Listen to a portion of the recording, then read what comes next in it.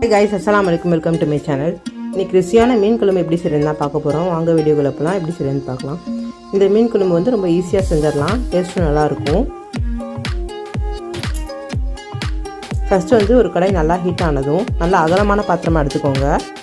நல்லா ஹீட் ஆனதும் oil add பண்ணிக்கலாம். ஆயில் நல்லா ஹீட் ஆனதும் கடுகு, உளுந்தம்பருப்பு, கருவேப்பிலை,